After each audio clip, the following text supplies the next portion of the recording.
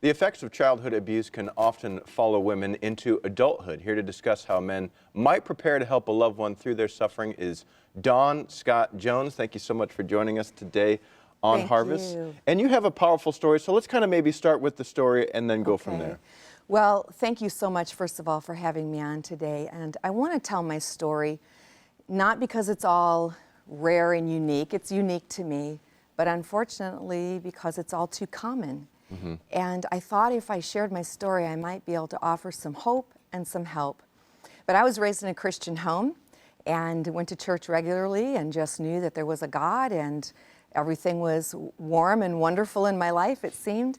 And then one day that was all interrupted when my childhood hero became a perpetrator and my father became an abuser. My earliest recollection is that somehow something changed. I don't have full memory. That's one of the insidious things about childhood abuse. You can't always take it and process all of it. But suddenly I remember being a little girl that just felt very shameful and very alone. I had a secret that I couldn't share with anyone. I didn't know where to go or where to turn, and so I just began to kind of withdraw as you never knew what night it might be that that door of your bedroom would open up and my dad would be there. Now, as you started to repress this, did it maybe start to come out in different ways where maybe, you would act out in ways that maybe you wouldn't have before? Oh, certainly. Certainly there's a lot of acting out. Not in behavior. I was a very compliant child and those kinds of things, not in a defiance and a rebellion. But certainly I was very angry at God. I thought, what kind of God? What kind of, we're going to church and we're singing about a Lord that's there for you. He wasn't there for me. So first of all, I was very angry with God and I wasn't interested in Christianity whatsoever. And there was a lot of dichotomy. I mean, I knew my dad, I knew the secret, but I also watched my dad lead the song service and be the worship leader and teach Sunday school. He was a very talented, gifted man, but a troubled man with a stronghold of the enemy in his own life. So I was angry at the Lord, and there was an inner rebellion that started that, I was a tough girl, don't try to tell me anything, don't try to... Maybe almost like a reflex.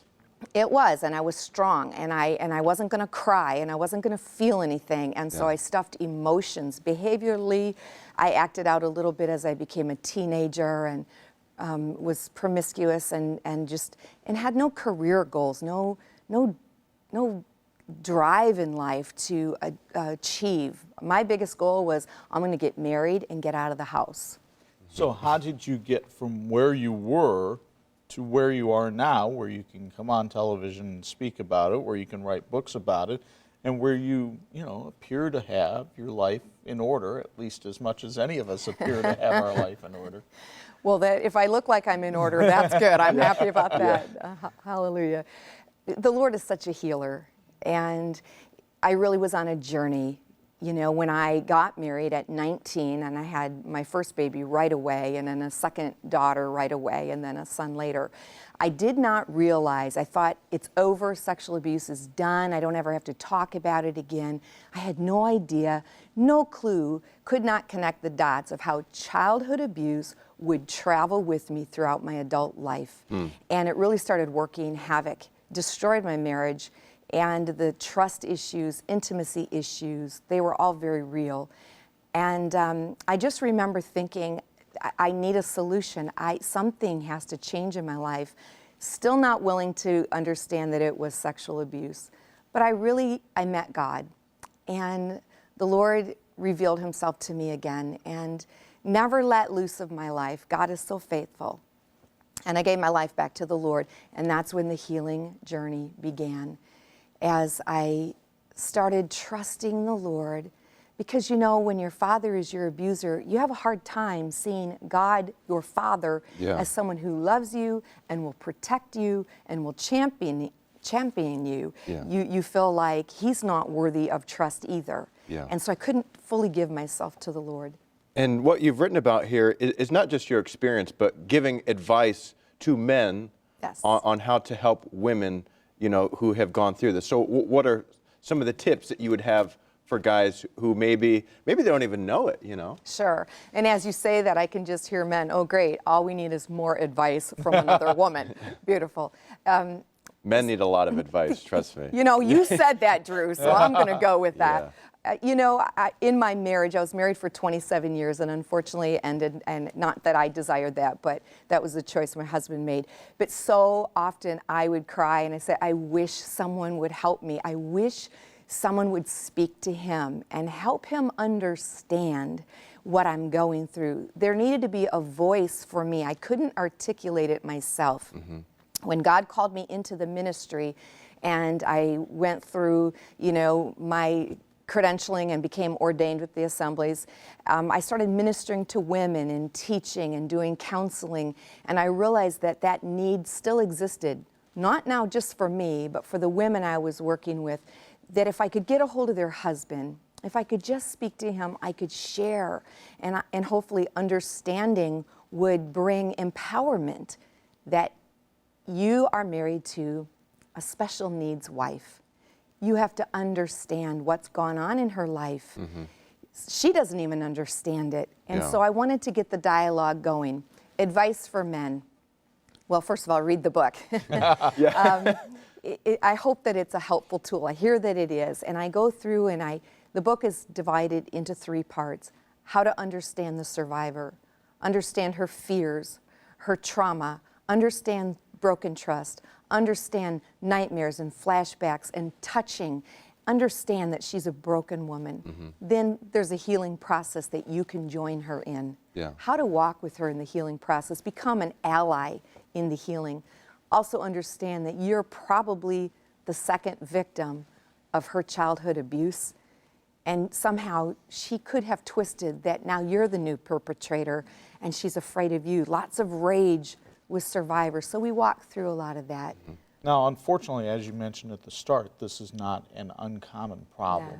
I believe stats show that even as many as 1 in 3 girls could be victims of sexual abuse. Yet I have the feeling, because they have difficulty talking about, there are many husbands who probably don't even know their wife was a victim of sexual abuse. How can a husband even broach that subject? Yes. That's so true, and I address that in the back of the book. If you think your wife is a survivor of childhood sexual abuse, read it, and I'll share with you ways you can approach her. But if she's not opened up and shared that with you, that means she fears your rejection. She fears your abandonment. And so if a husband can begin to share with her, I love you, no matter what you say to me, will not change that. I'm with you. I'll never leave you. And begin to make her feel secure in their relationship. But I'm also finding that wives are reading the book and able to highlight some areas, and they're offering it to their husband as a way of being able to share for the very first time, or at least in a more in-depth way, to say, this is my story, this is what happened to me, would you read this, and then can we talk?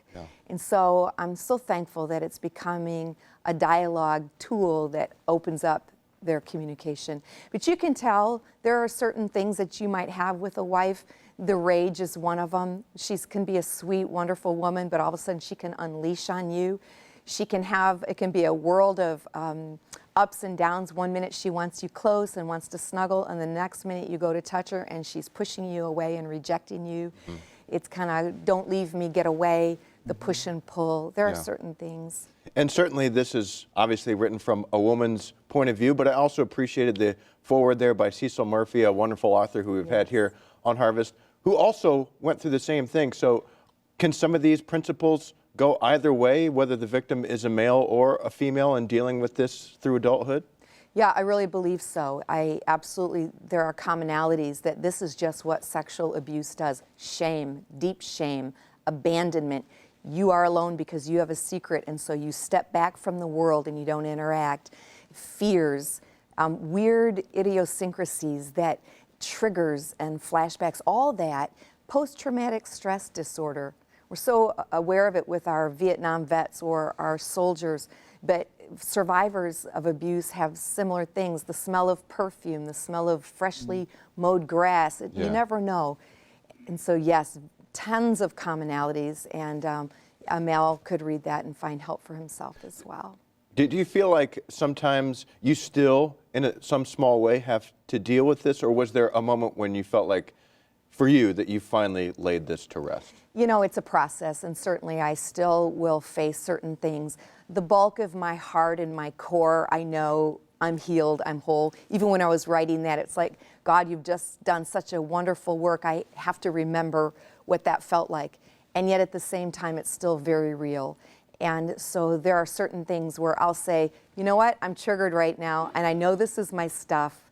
Yeah. So just let me process this. Yeah. And I have So, to yes. imagine whether you're a victim or a spouse trying to help that victim, the most important thing to remember is stay the course. Because it's obviously a difficult process to heal, and it's a difficult process for somebody on the outside, even if that person on the outside is as close as the spouse, to help the person who's trying to heal. Yes, and I would like to say stay the course doesn't mean status quo. If you're in a relationship and you're struggling, don't accept it, get help. God wants to heal it and bring you together.